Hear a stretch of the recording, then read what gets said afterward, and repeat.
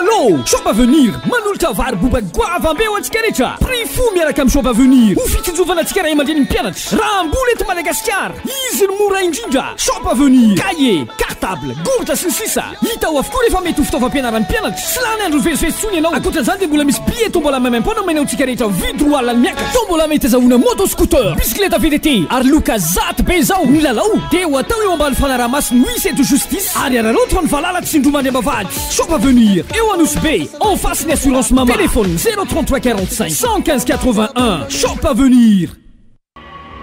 Nanomboka hatramin'ny voalohany dia teo hatrany ny kahie-prisonnier. Niarana magavaky ny fivoarana taminao, n'aiza misy anao. Ankehitriny kosa dia nohatsaraina tamin'ny lafiny maro ny kahie-prisonnier ka lasa premier plus. Tsara kokoa ny paoziny, matevina sy tsara kokoa ny foniny sy ny taratasiny. Dans la vie, il y a les premiers et il y a les autres.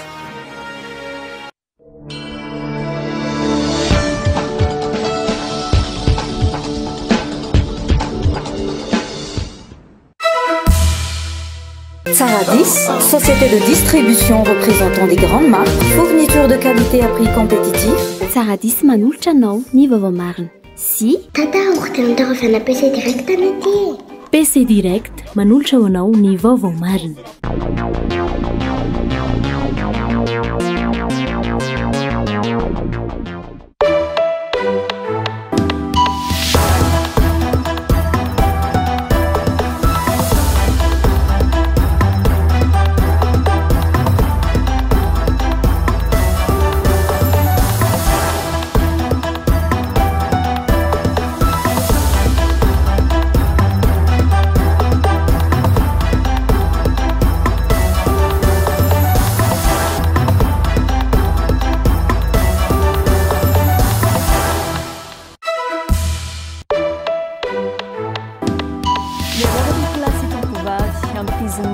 Telopolo ny volana aogositra taona 2020 amby roa arivo ity manasantsika ary anaraka ny fampahalalam-baovao hatramin'ny faran'ny voatongotsika vetrany amin'ireo lohateny-baovao.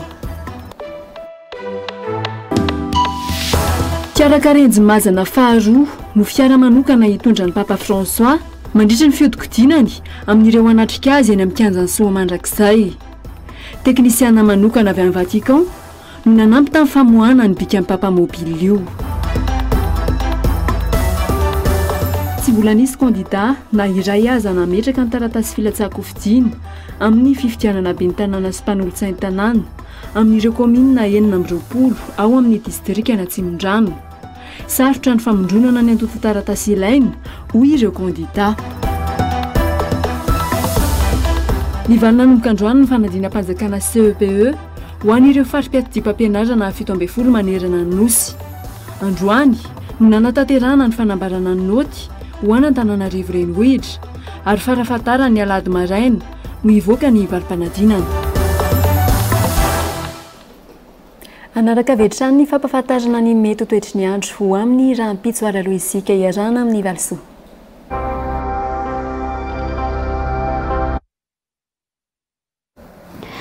Ankafaliana indray tompoko lasy tompoko vavy no iarako aminao isaky ny ora sahala amin'izao eto amin'ny Real TV izay hanomezana anao indray ny vinavina ny mety toetry ny andro ho amin'ny tontolo andro ny ampitsy izay sabotsy fa 1 ny volana aogositra 2020 sy juarivo. Hatreto aloha zany dia mbola hibalika hatrany ny masoandro mbola tsara hatrany ny andro aloha zany raha manerana ny nosy raha ho amin'ny tontolo andro ny ampitsy-ndao ary jerentsika avy hatrany ny mahakasika ny raha ampitso maraina. Ifandimbiasany raha hoana sy masoandro indray aloha zany raha ho any eto Antananarivo tsy maranga kely ny maraina sy ny ariva fa eo anelanelan'izay kosa nefa dia hibalika ny masoandro. Sahalan'izay ihany koa ny fianaratsoa dia ahitantsika masoandro be indray ho amin'ny rahampitso maraina. Izay ary ny eto avoatany fandao jerentsika indray manahoana sy manahoana indray ary ny toetry ny andro any Anosy be 17 hatramin'ny 5 degré Celsius indray ny maripana-voavinavina. Ny maraina dia hibalika ny masoandro anerika kosa izy nefa ny tapany ariva.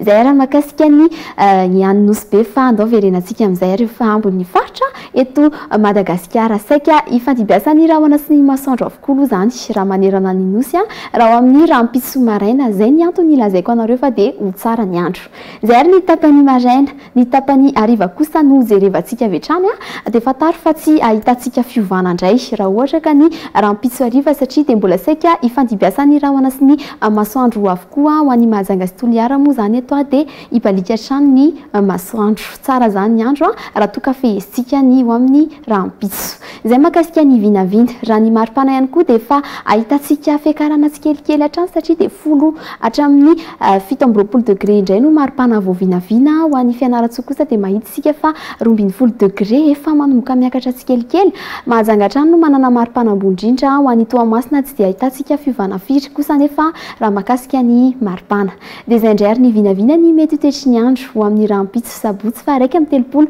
ny volana aogositra 2020 sy juin mirary zoma mafinaritra ho antsika rehetra indray ary asainay anareo anaraka avy hatrany indray ny antsipri ambavao veloma tompoko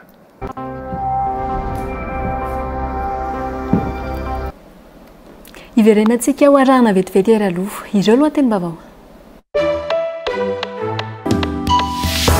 fiarakarenjy mazana faharoa no fiara manokana hitondra ny papa François mandritra ny fiodikodinany amin'ireo anatrika azy eny amin'ny kianjan'ny soa mandrakizay teknisiana manokana avy amin'ny Vatican no nanampy tamin'ny famohana ny bika amin'ny papa mobile io tsy mbola nisy kandida na iray aza nametraka ny taratasy filatsako fidiny amin'ny fifidianana be ny tanàna sy mpanolotsainy tanàna amin'ireo komina 9 ao amin'ny distrika na Tsimondrano sarotra ny famondronana ny antoto taratasy ilaina hoy ireo kandida ny valina nanomboka androany ny fanadina-panjakana CEPE ho an'ireo farim-piatodi-pampianarana 17 manerana ny nosy androany no nanatanterana ny fanambarana ny noty ho an-Antananarivo renivohitra ary farafatarana ny alady maraina no hivoaka ny valim-panadinana ny vavaony finoana vetrany ary no hanomboantsika ny fampahalalam-baovao efa milamina avokoa ny fandraisana ny papa François eto Madagasikara hoy ireo avy amin'ny fianakaviam-be ny fiangonana katolika androany ny asa eny soa mandrakizay no mbola misy tanterana amin'izao fotoana izao ary tsy maintsy hovitritaina hatramin'ny faha-4 ny volana septambra ho hatrany ny tatitra na miseho voalohany androany ihany koa ny fiara manokana hitondra ny papa François na ny papa mobile fiarakarenjy izay namboarina manokana teto Madagasikara hitondra ny papa François fanadadiana itojo rabefaritra eo amin'ny sary ny lanto ra Samuelson Mazana 2 fiara vao novokarina teto Madagasikara no fiara ofisialy hitondra ny papa Raimasina amin'ireo fivezivezena isehoana vahoaka eto Antananarivo tao anatin'ny 10 volana no nanamboarany orinasa iray miorina eto Madagasikara ity fiara ity natokana ho an'ny papa Raimasina mihitsy io fiara io izay nahazo fankatoavana avy amin'ireo teknisiana avy any Vatican tsy misy mahasamihafa azy manokana moa ity fiara ity fa mitovy amin'ireo fiara karenjy rehetra fangatana manokana avy amin'ny papa Raimasina ny tsy ampiasana fiara voaro na voiture blindée amin'ny fivezivezena sy ny fididiana ataon'ny papa manerana Antananarivo ny fiara iantohan'ny fiadidinan'ny Repoblika no mitondra azy ankoatra io papa mobile karenjy io natao mifanaraka amin'izay ihany koa ity Mazana 2 ity mba ahafahan'ny papa mifankahita mivantana amin'ny pino na dia tsisy fifampikasiana ara-batana azy izy tsy dia hoe inspiration loatra fa fangatana avy any amin'ny Vatican zany hoe amina situation ohatrandreo misy cahier de charge izay anay orinasa manamboatra ny automobile maro ireo mpivarotra fiarakodia eto Madagasikara no nangataka ny ampiasana ny fiaran'izy ireo hitondrana ny papa François saingy rehefa natao ny fandiniana hoy ny lehiben'ny komity mpandrindra ny fandraisana ny fihavanan'ny papa dia nomena vahana kokoa ny mahamalagasy tahaka ny efa natao tamin'ny fandraisana ny papa John Paul faharoa ny taona 720 sy 709 maro ny société automobile nangataka hoe vonina anome automobile ho an'ny papa dia nalefa tany Roma tamin'ny alalan'ny nonce apostolique dia ny papa sy ny an'ny Vatican safidy hoe aleo ny vita malagasy no ampiasaina ary koa zay le toetsain'ny papa François hoe manaiky ho tiavin'le vahoaka mandray azy izy dia izay hoe tsy ampy fotsiny hoe mity fa hoe manaiky ho tiavina koa Namafisy ny solotenan'ny papa eto Madagasikara fa efa nahazo ny fankatoavana avy amin'ny papa Ray Masina ny fanamboarana ity fiara ity. Taratry ny fihavanana sy ny hoavy mamiratra ho an'ny vahoaka malagasy ihany koa ity fiara ity. L'Annonciature et les Saint-Sièges ont accueilli bien volontiers la proposition faite par le constructeur automobile malgache Carenzi, qui a déjà fait la papa mobile lors de la venue du pape Jean-Paul II il y a 30 ans. Cette papa mobile, fruit de l'ingéniosité et de la laboriosité du peuple malgache, est un symbole fort et un message d'espérance pour tous. Amin'ny ankapobeny efa milamina ny fandraisana ny papa François ho ny lefitry ny komity mpandritra ny fahatongavan'ny papa. Asa vitsivitsy sisa no mbola tanterahana eny Soamandrakizay amin'ny mahasa vaventy azy ho ihany izy. Karana amin'ny atao hoe ara-materialy dia hitanareo zany fa mivoatra isan'andro isan'ora ny toerana izay andraisana amin'ny papa. Misy moa ny toerana mbola atao hoe vetivety ihany ny anamboarana azy fa ny Soamandrakizay zany no goavana indrindra dia efa hitanareo ny fiovaly ao ary mbola hitanareo ny fiovaly ao roa andro mialohan'ny hahatongavan'ny papa ary toerana goavana sy mafinaritra. Tsy maintsy hivitaina roa andro mialohan'ny hahatongavan'ny délégation avy any Vatican kosa nefa ny asa rehetra ahafahana mametraka ny fandaminana farany. Fa isy mpitandro ny filaminana isaky ny 7 metatra amin'ny lalana rehetra manerana an-dranivohitra ka andalovan'ny papa François. Mpitandro ny filaminana manodidina ny iray alina no iandraikitra an'ity fahatongavan'ny papa ity izay ivondrona ny tafika, ny polisy pirenena, ny zandarmaria-pirenena. Androany sy rahampitso no nanatanterahana ny famerenana farany ho an'ireo mpitandro ny filaminana izay iandraikitra ny filaminana rehetra mandritra ny fitandrona ny filaminana amin'ny fivanianan'ny papa eto Madagasikara. Fanadihadiana Tojo Rabefaritra eo amin'ny sary ny Lanto Samuelson. Tranga mety iseho ary tsy maintsy homanina ny mpitandro ny filaminana eo amin'ny Emonata mandritra ny fivaniana ny papa eto Madagasikara, ny fifanosehana eo amin'ireo mpino, ny fitifilana ny papa Ray Masina, ny fametrahana bomba artizanaly, ny fitorahana vato ary ny fampiasana zava-maranitra. Antony tsy maintsy hanamafisina ny fitandrona ny filaminana ho ny komandiny zandarmaria-pirenena ary ny Emonata no isahana ny asa rehetra amin'izany. Ametrahana mpitandro ny filaminana avokoa noho izany isaky ny 7 metatra amin'ny lalana andalovan'ny papa. Hita tao anatin'ny famerenana nataon'ny mpitandro ny filaminana androany izany nanerana ny lalana nanomboka teny amin'ny senam-piaramanidina Ivato hatreny Ivandry. Ao anatin'ny fitandrona ny filaminana ny tsy tokony ikasihana ny papa François mivantana na dia misy aza ny fijanonana ataony eny an-dalana, isy ihany koa ireo lalana ho tapaka. Fatapandarana dia efa isy moa zany ho avoaka any amin'ny ano manjery fa raha tsy resaky sika afa-tsy ny amin'ny fahaenina ny volana septambra fotsiny dia manomboka ny maraina zany aloha dia tsy azo atao ny mampijanona tomobila amin'iny lalam-baovao iny. Na iza zany dia tsy tokony isy tomobila afaka hijanona amin'iny. Manomboka amin'ny 12 dia tapaka tanteraka zany iny lalana iny fa tsy misy olona afaka andehandeha intsony. Na ny fiarakodia, na ny sarety, na ny moto zany dia tsy misy afaka andeha amin'ny intsony manomboka amin'ny 12. Dia mitombo zany iny mandeha mamonjy ny annonciature rehefa avy eo fa efa misy zany ny didy fanapahana izay navoaka ny ao amin'ny préfecture de police zany mahakasika an'ireo lalana tapaka araky ny andro sy ny lalana izay olalovany zany olona zany. Eo amin'ny pavillon présidentiel eo amin'ny bani Ivato no andraisana ny papa François ny misahana ny fiarovana ny filoham-pirenena no mitandro ny filaminana ao anatin'ny faritry ny senam-piaramanidina. Ankoatra ny mahalehibe ny fiangonana katolika ny papa François mantsy dia filoham-panjakana ihany koa izy. Voarara noho izany ny miditra amin'ny faritry ny senam-piaramanidina izay tafiditra ao anatin'ny antsoina hoe zone alpha. Olona voatokana izay efa solotena vitsy voasivana ihany koa no mandray ny papa ao amin'ireo toerana ireo. Hiasa avokoa mandritra ny 5 andro ny fitaovana rehetra efa nanana tafika malagasy. Ao anatin'izany ny angidimby, ny fiaramanidin'ny tafika, ny drone ary ireo fiara 4x4 vao nomena ny tafika malagasy. Efa mahafantatra moa zany ny kristiana katolika rehetra ary efa ny entanina mba isin'ny filaminana hoe ho tonga alobe mihitsy zareo a mba ahafahana mametrapetraka hoe zareo avy any Toliara eto a zareo avy any avaratra avy any Dego eto a dia efa notanina ihany koa zany ny rehetra hoe satria eo zany ny tena mampiahiahy fasatra mihitsy any eo amin'ny fotoam-piravana hoe efa nafarana ny rehetra ary nentanina ny rehetra mbola entanina ihany koa androany hoe raha efa lasa ny papa vitany lamesa dia tsy mbola misy mihetsika mihitsy isika rehetra fa hanao ny fandaminana zany zay atao fitandrona filaminana ny ahafahana mamoaka antsika ao anatin'ny filaminana. Ankoatra ny fitsenana ny papa Enivato asa lehibe miandra ny mpitandro ny filaminana ihany koa ny fitandrona ny fandriampahalemana eny amin'ny kianja ny Soamandrakizay ny alahady 20 septambra. Mpitandro ny filaminana manodidina ny 300 sy 300 no hiasa eny an-toerana.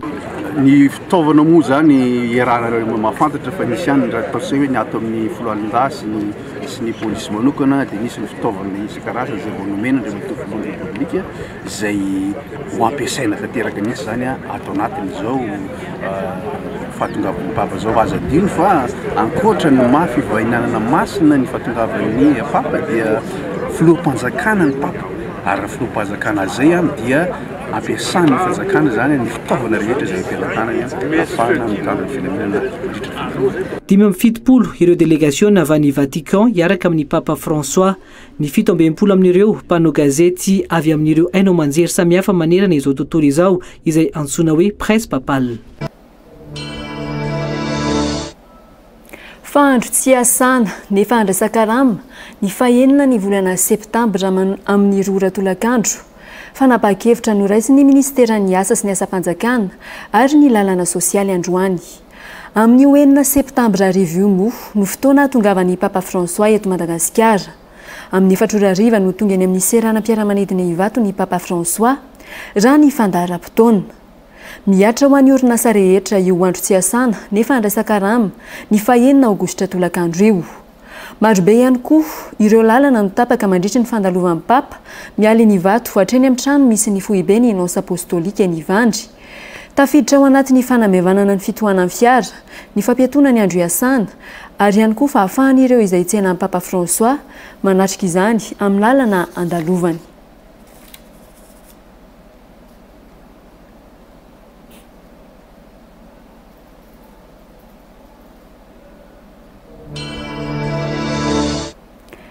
Fasolika avy amin'ny fiarabe mpitatitra miisa 7 no efa tonga ny Antananarivo renivohitra mba hitsinjovana ny fandaniana misolika mandritra ny fahatongavan'ny papa François.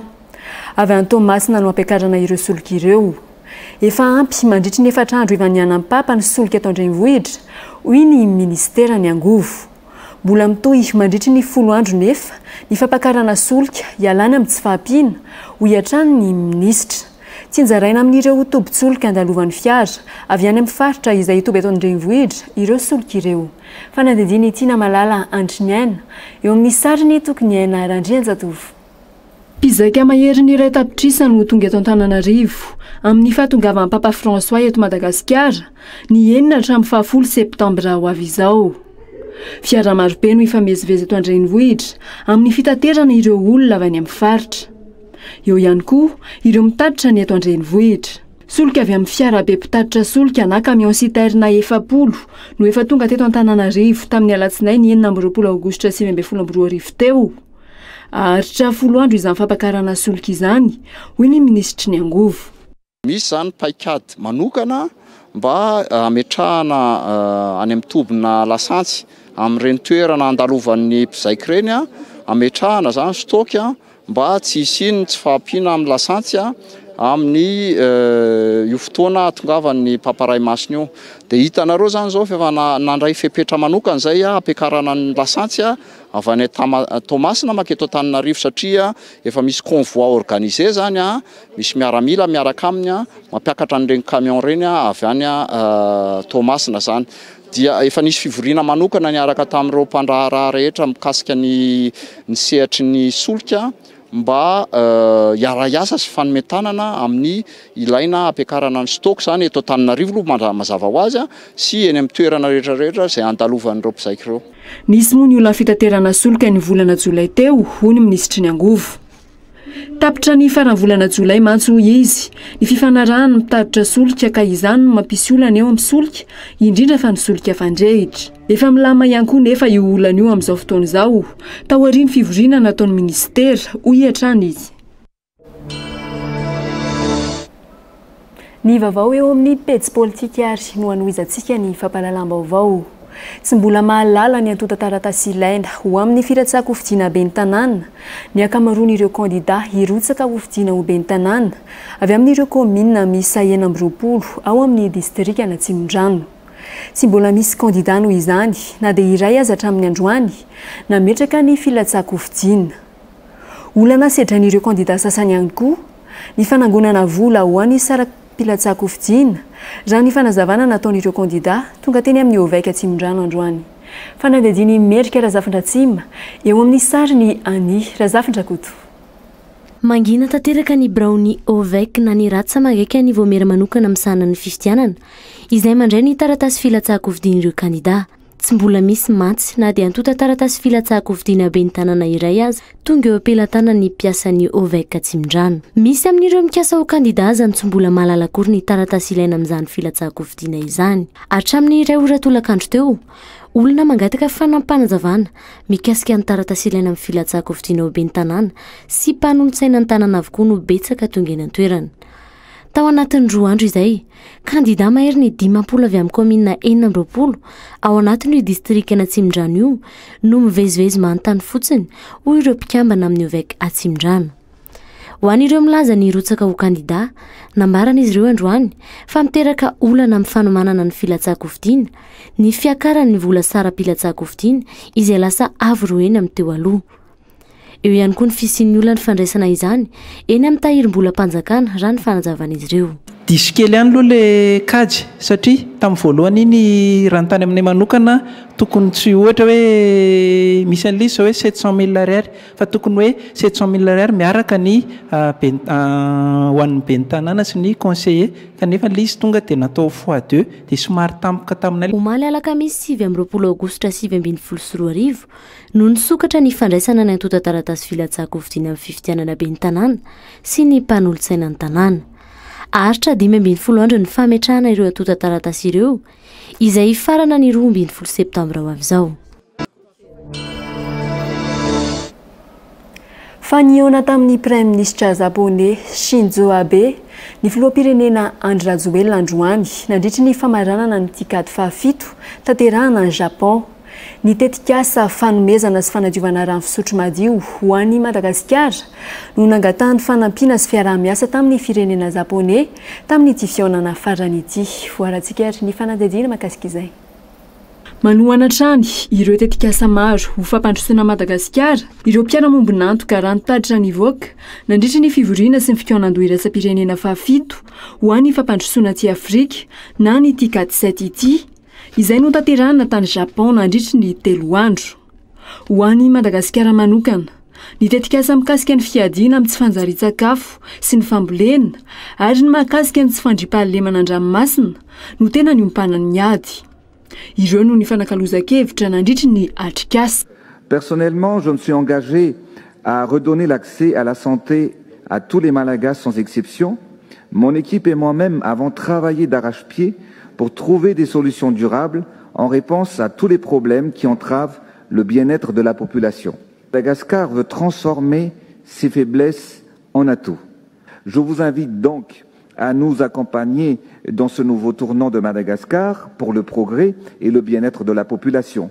Car seul, je marche vite, mais ensemble, nous irons loin. J'appelle nos partenaires japonais internationaux à nous soutenir dans notre ambition commune d'offrir un avenir prospère à nos futures générations. Taorian'ny fivoriana manokana momba ny fampivoarana sy ny fiaraha-miasa amin'ireo faritra eto anivon'ny Oseanina Indianina no nahavoatendry amin'ny Madagasikara ho mpitarika amin'ny ady amin'ny tsy holan-dranomasina. Nanamafy ny filoham-pirenena Andry Rajoelina fa hiaro ny harendranomasin'i Madagasikara. Nandritra ity fivoriana no tanterahana tany Japon ity ihany koa no nanambarany Mialy Rajoelina filohan'ny fikambanana association FTI ny fiadiana amin'ny herisetra indrindra ny atao amin'ny vehivavy eto Afrika. Zéro violence basée sur le genre pour l'avenir de l'Afrique. Et je voudrais vous dire qu'ensemble, nous pouvons. Notre objectif est d'éradiquer en profondeur et de façon durable les violences basées sur le genre. Réalisons-le ensemble. Androany no mifarana tanteraka ny TICAD 7 izay natao tany Japon. Nisy ihany koa ireo mpianatra malagasy any an-toerana ny ao anaty filoham-pirenena Andry Rajoelina omaly. Fanandray anjara ao anatin'ny fiaonam-be momba ny fahaiza-mitarika afrikanina na ny African Leadership Forum izay tanterahana ao Dar es Salaam ao Tanzania ny filoha teo aloha Hery Rajaonarimampianina. Natsoina hifandinika momba ny fitantanana mahomby ny firenena voajanahary izy amin'izany. Filoha afrikanina teo aloha maro ihany koa no nandray anjara ao anatin'io fiaonam-be io. Tafiditra ao anatin'ny lokanady hatreny firenena afrikanina ankehitriny ny fikajiana ny tany raha ny voafaritra amin'ny fiaonam-be ao Dar es Salaam io. Voalaza mantsy fa ny 20 isanjato ny faritra azo volena no lasa koka isan-taona. Fanadidina. Ladies and gentlemen, a warm welcome for our dignitaries as they come up. Atao aty Dar es Salaam renivohitry ny Tanzania ny fiaonana momba ny fahaiza-mitarika afrikanina na ny African Leadership Forum. Andiany fahenina izy ity ary isandreo nasaina sy tonga mandray anjara ny filoham-pirenena teo aloha Hery Rajaonarimampianina. Ny ivotoerana tanzaniana momba ny fahaiza-mitarika Yongozi no mikarakara ny fiaonana. Mifantoka amin'ny fametrahana sy fanamafisana ny fitantanana ara-drariny sy mahomby ny arena voajanahary mba ho fanotry ny fivoarana sosialy sy ekonomika ty Afrika ny fivoriana. Filoham-pirenena afrikanina teo aloha maro no nasaina. Mifantoka sy manolotra hevitra mba ho fandraisan'izy ireo anjara hatrany amin'ny asa fampandrosoana. Ankoatra ny filoha teo aloha Hery Rajaonarimampianina dia mandray anjara ihany koa ny filoha teo aloha hafa toa ny Thabo Mbeki avy ao Afrika Atsimo, William Ponka avy ao Tanzania, Olusegun Obasanjo avy ao Nigeria ary Hassan Sheikh Mohamud filoham-pirenena teo aloha avy ao Somalia. Ho an'ny African Leadership Forum dia ilaina ny traikefan'ireo mpitondra taloha mba hiasa ho mpanolo-kevitra satria zava-dehibe ny fikajiana sy fanamafisana ny fitantanana mahomby ny arena sy ny angovo voajanahary toy ny tany, ny ala, ny biby, ny jono ary ny arena an-dranomasina. Marina fa isan'ny lokanady lehibe hatreny firenena afrikanina ankehitriny ny fikajiana ny tany. Voalaza mantsy fa ny 20 isanjato ny faritra azo volena no lasa konka isan-taona. Ivadika vaovao ny sosialy kosa isika hoentina noizana ny vaovao. Fokontany 7 eto Antananarivo renivohitra no ametrahana sy ny be-an-drano manomboka androany. Rano nambarany ministry ny angovo, ny rano sy ny akoranafo. Ny faritra Itaosy sy Ambodrapeto no nahazo ny famatsin-drano avy amin'ny sy be-an-drano androany. Vidina 50 ariary ny 20 litatra amin'ny rano eny amin'ireo sy ny be-an-drano ireo. Mbola vonjy maika ihany ny fizarana rano no ny mbola tsy fahavitany tetika sanampiana ny fatson-drano eto an-drenivohitra hoy ny ministra. Natolotry ny UNICEF ny ministera rano androany teny ampandrinomby ireo fiarabe hitatitra rano ireo. Fanadidiny Mendrika Razafindratsima eo amin'ny sary ny Lanto Samuelson. Ny lehibe ny fokontany tsirairay no hitantana ny fizarana an-drano aparitaka isa-pokotany manomboka androany 30 Aogositra hoy ny ministry ny angovo, ny rano ary ny akoranafo. Ny any amin'ny faritra Andrefa Antananarivo no nanaterana rano voalohany.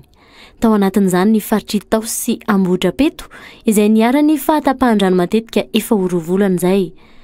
Tsy mbola afaka ampiasaina ireo lava-drano vaovao napetraka ao Ambodrapeto raha ny fanazavana nomen'ny ministeriny angovo sy ny rano ka tsy maintsy miasa amin'ny fitaterana rano makeny amin'ny sy ny ben-drano aloha ireo mponina eny an-toerana. Ny antony nametrahana an'ireto fitaovana vonjimaiky reto dia miditra amin'ny fotoana amin'ny maitantsika izao dia tsy maintsy zany tsika manome toky ny mponina rehetrarehetra amin'ireo faritra ireo fa tsy hisy mihitsy zany ny fahatapahan'ny rano eny amin'ireny toerana fitsinjarana rano ireny eny amin'ny borna fontaine ireny. Ny mponina dia afaka tonga maka ny rano izay ilainy ho an'ny tokantrano tsirairay avy amin'ny toerana mahazatra ireny. Fokontany 7 eto Antananarivo no izarana rano amin'ny sy ny ben-drano manomboka ny alatsinainy 2 septambra avy izao. Mahazaka rano iray alina litatra ny sy ny be iray ampiasaina amin'izany ary fiarabe mpitatitra rano mahazaka rano mahery ny iray alina litatra tsirairay avy ihany koa no hitaona izany eny amin'ireo sy ny ben-drano ireo.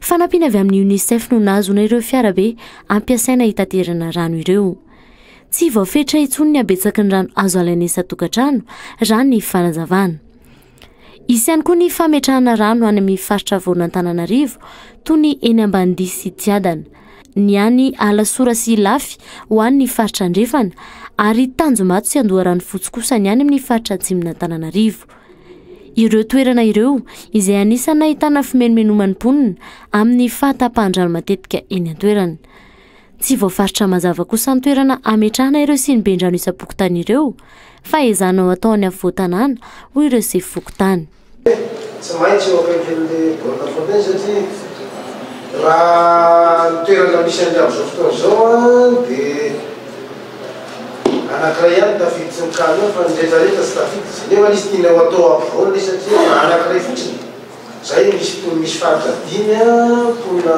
20 sy ray ihany dia tsy mahasehaka an'le ponina mitsetro zany fa amin'le anankiray zany dia mba atao faritra ampovoany izy dia io mba asytrana sy gazo tao izy mbola andoavam-bola ny rano zarena amin'ireo sy ny bendrano eto Antananarivo ireo 10 ariary ny iray bidao mavo 20 litatra ezaina ovitaina amin'ity taona 7 ity avokoa ireo fantsona famatsin-drano sy fandavahana fatsakana rano any ambanin'ny tany eto Antananarivo hoy ny ministry ny angovo sy ny rano androany vonjy maika ihany fizarana rano ataon'izy ireo io natolotry ny UNICEF ho an'ny ministera ny angovo sy ny rano teny ampandrinomby androany moa ireo fiarabe mpitatitra rano amenona sy ny bendrano ireo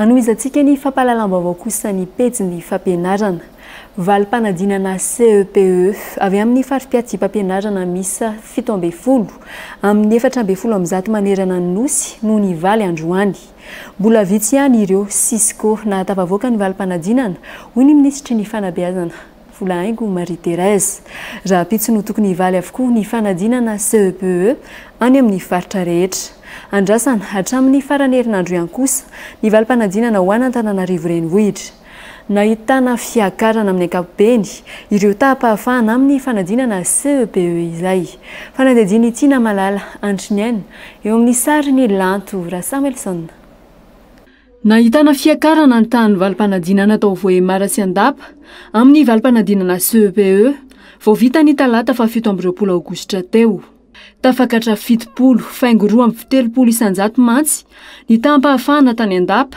raha toka 7 isanjato monja izany tamin'ny taondasa 2 faingo 4 isanjato kosa ny tampahafahana fanadinana tamin'ny Voemara samy ao anatin'ny taleparitry ny fampianarana sava avokoa ireo fari-piatsy-pampianarana roa ireo ny sesy nivoaka avokoa ny ariva teo ny fanadinana CEPE ho an'ny fari-piatsy-pampianarana Ambositra Andrainarivo ary Manandrina ao amin'ny taleparitry ny fampianarana Morony Mania ny Cisco Benenitra ao amin'ny taleparitry ny fampianarana Tsimoandrefana ny Cisco Ikalamavony ao anatin'ny taleparitry ny fampianarana Matsiatra Ambony ny fari-piatsy-pampianarana Rivo Mampisoavinandrina ao amin'ny taleparitry ny fampianarana Itasy ny Cisco Andapa Antala Sambava ary Voemara ao amin'ny taleparitry ny fampianarana Sava ary farany ny Cisco Ikongo ny taleparitry ny fampianarana Vatovavy Fitovinany anisany izany koa ny Cisco Mahabo Tsaratanana Tsiombe Vondrozo ary Vohimarina raha tsy aivina 10 faingo 4 isanjato n'ireo nanala fanadinana CEPE no tsy tonga niatrika ny fanadinana na tratra 7 sy 4 etsy ny kandidata amin'ny fanadinana CEPE izany hoe mahery ny 307 sy 2 alina no tsy tonga nanala fanadinana CEPE tamin'ity taona ity manerana ny nosy vatany vao vita ny fanadinana CEPE dia efa nanomboka ny fitsarana raha ely indrindra amin'ny alahady no hivaly ny fanadinana ho any Antananarivo renivohitra raha ampitsy kosa no tokony ho fantatra avokoa ny valim-panadinana ho an'ireo faritra rehetra ivelana Antananarivo fa hiasa manomboka amin'ity taom-pianarana 20 ity ny lycée vaovao eo Ambohijanaka tsy mbola nisy ny kilasy famaranana fa ny kilasy 10 ny vaovao ho raisina eo ihany koa ny kilasy 11 mpianatra miisa 700 no zakany sekoly vaovao ary mitetina trany amin'ny 2 tapitrisa ny vola lany tany amin'ny fandrenana sekoly raha ny fanazavana no meny solom-bavambahoaka na Tsimondrano isan'ireo nanangana ny sekoly androany mofo no notokanana io sekoly io fanadadiny Juno Mazara eo amin'ny sariny Ani Razafatra Koto. Efa nanomboka nandray ny mpianatra kilasy 10 afaka BEPC ny fiadidinan'ny tanàna nanomboka tamin'ity taom-pianarana 2024 ity. Tany amin'ny CEG nefa no nampianarana aloha ireo mpianatra ary efitrano fianarana roa tamin'ny CEG Ambody Akondro no nindramina nampianarana ireo mpianatra. Tsy mbola nanana lycée ny commune ambanivohitra Ambohijanaka hatramin'izay. Voatery mandeha amin'ny tanàna manodidina ny zanak'ireo mponina Ambohijanaka raha te hanohy fianarana rehefa afaka BEPC. Dia nisy ny atao hoe lycée Anandorany fotsy dia hatramin'izay elabe zay zany 20 taona 30 taona dia mandeha tongotra makany ny mpianatra mamonjy any. Zay ny tena toerana fandehanan'ny olona aty. Ahitana rihana roa ary misy efitrano 4 ity lycée vaovao ao amin'ny commune Ambohijanaka ity. Tao amin'ny fokotany Ambody Akondro no nananganana ny sekoly. Manodidina ny 2,50 tapitrisa ariary ny telopolo izay nanondrenana ny sekoly ka nanomboka tamin'ny taona 17 izany. Mahazaka mpianatra 700 ny sekoly amin'ny ankapobeny ary eo amin'ny fampitaovana toy ny seza sy ny latabatra no mbola anatin'ny ezaka ataon'ny tompon'andraikitra. Vola madiodio an'ny vahoaka n'Ambohijanaka no nahafanana mitazany fotodrafitrasa zany araka ny efa nambara teo moa dia ny ministera dia hitondra ny anjara borikiny amin'izay fampitaovana toy ny W zay vonona ny eto amin'ny lycée satria efa herintaona lasa zay no efa nisy ny kilasy faharoa na ny kilasy 2 seconde zay misy eo amin'ny 100 latsaka eo dia miakatra taona voalohany zany reo na première dia zay afaka BEPC amin'ity taom-pianarana lasa teo indray no miditra ao amin'ny taona faharoa na kilasy 2 seconde amin'ny taom-pianarana 20 raiky amin'ny 20 vao isy ny kilasy famaranana ao amin'ny lycée Ambohijanaka. Mpampianatra Frama izay antohandray aman-dren'ny mpianatra sy ny fiadidinan'ny komina ihany no mampianatra ao atoerana. Miandry ny fandraisan'ny ministera ny fanabeazana azy ireo ho mpiasam-panjakana ireo mpampianatra ireo. Androany no notokanana teny Ambohijanaka io lycée vaovao eny an-toerana io.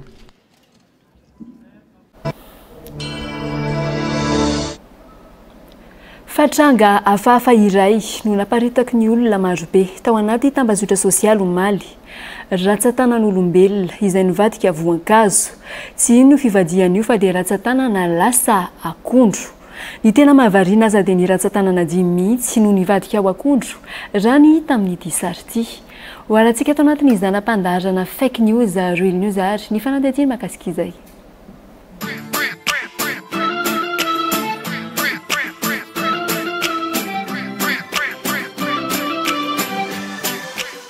Hitantsika amin'ity sary mahagaga ity fa nivadika akondro ny felantanan'ilay tovolahy iray.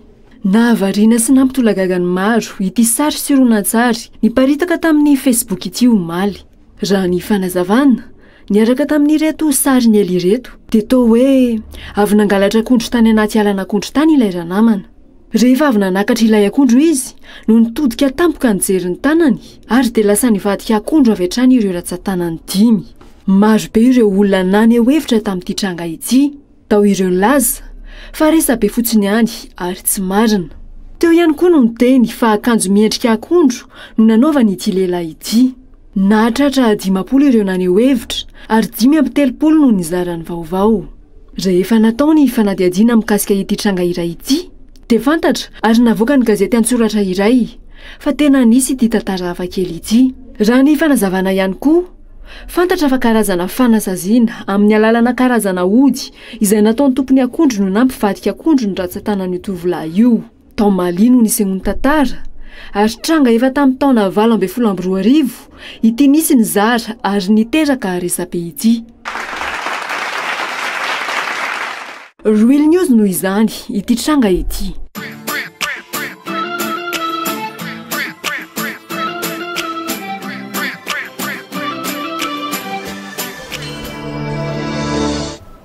Hiditra amin'ny pejiny dokavarotra kosa isika. Mitotsy miato ny fiainam-bidy-goavana eo amin'ny shop Avenir Anosy ho an'ny fidiram-pianatra. Misy isan-kerinandro ny entana vaovao tonga eny an-toerana. maro be ihany koa ireo kojakoja ilaina amin'ny fiainana andavanandro iteno anterana ihany fa tsy hodisanjara amin'ny tombola goavana karakarain'ny shop avenir ihany koa ireo rehetra izay mividy entana eny an-toerana mividy entana 2 alina ariary dia efa afaka mandray anjara ao anatin'izany fisarihana azona loka maro be izany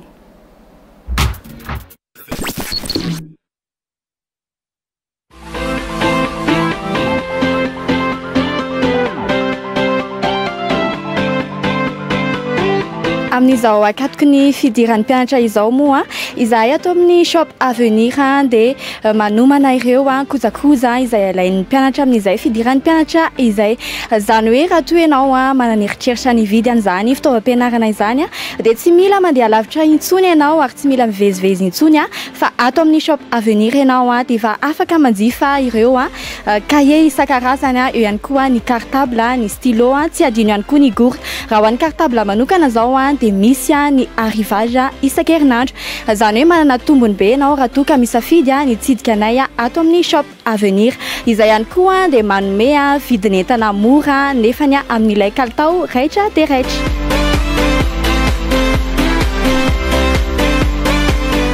mailamailaka ary fa tsy ny fitaovam-pianarana ihany no hita amin'ny shop avenir inona daholo moa izy teo malanto mbola hitantsika ato amin'ny shop avenir ihany koa ireo karazana électroménager isan-karazany ary manao déstockage be mihitsy izahay amin'izao fotoana izao ohatra amin'izany ohatra ny télé écran plat 500 000 ariary monja dia efa mahazo télé écran plat ato amin'ny shop avenir eo ihany koa ny congélateur ny réfrigérateur ny cuisinière à gaz tsy adino ihany koa ny rice cooker sy ny multicuiseur ny mampiavaka an'izay kojakoja ao an-dakozia izay moa dia misy garantie tsy adino ihany koa ny service après vente aiza no ahita tony shop avenir sady mividy entana no mahazo gato eno ihany ilay tombola lehibe tsotra kely ny fandraisana anjara satria mividy entana ianao mahatratra 2 alina ariary monja dia efa mahazo tombola anankiray ianao ny loka kosa dia goavana satria ny loka voalohany raha toa ka ianao ny voasarika voalohany dia omenanao ny moto scooter raha toa kosa ka voasarika faharoa ianao ka tsara vitana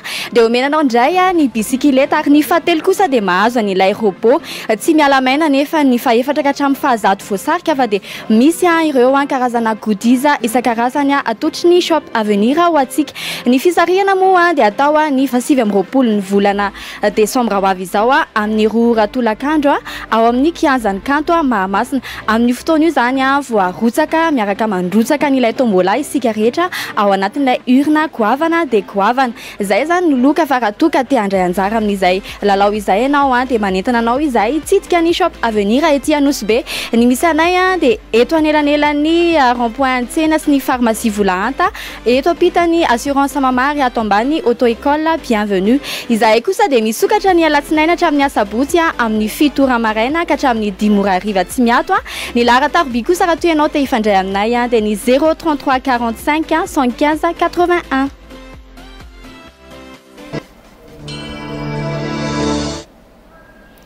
izay ankoa tompoko lahy sy tompoko vavy no entina manakatona ny fampahalalam-baovao tamin'ity androany ity ny mbola anatraka ny fandarana invité du jour misika rehefa avy eo izay arana amin'ny diamondra Andrianaivo vahiny ao anatin'izany Inaina Rasamson Flo arovantsika ny mahaolona imendrika Razafindratsi manoanolotra ny fampahalalam-baovao ho amin'ny rapitso mametraka ny mandrapitafary ho amin'ny manaraka indray veloma tompoko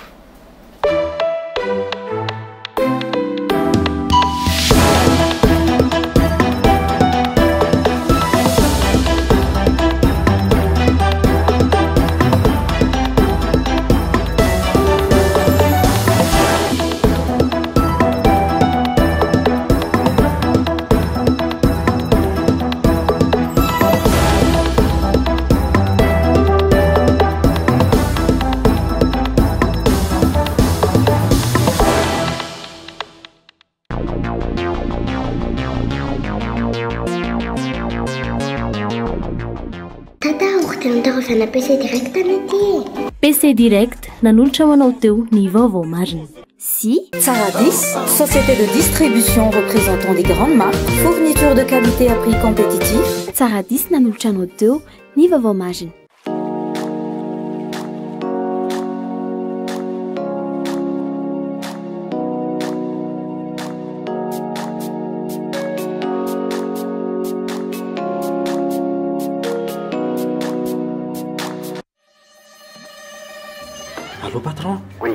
izy aho tena ho sarotra ny faninana amin'ilay stylo lexi a ahoana fa misy inona tsara le stylo a tsara ny paoziny a maninona ary misy karazany maro sady tsara koa manoratra aminy ay ve tsy maintsy lafo be zany tena mora le izy a de sady mora te zany ny tsara sady betsaka karazany fa inona daholo zany tena fandrombahany olona maro patron ohatra ny tsy mahavoan'le stylo lexi le atsika atao firy ny ianao raha misy azafady ataovy ray pake ary lexi tsy mora lany tsy mora maty lexi vao mandray ianao dia ty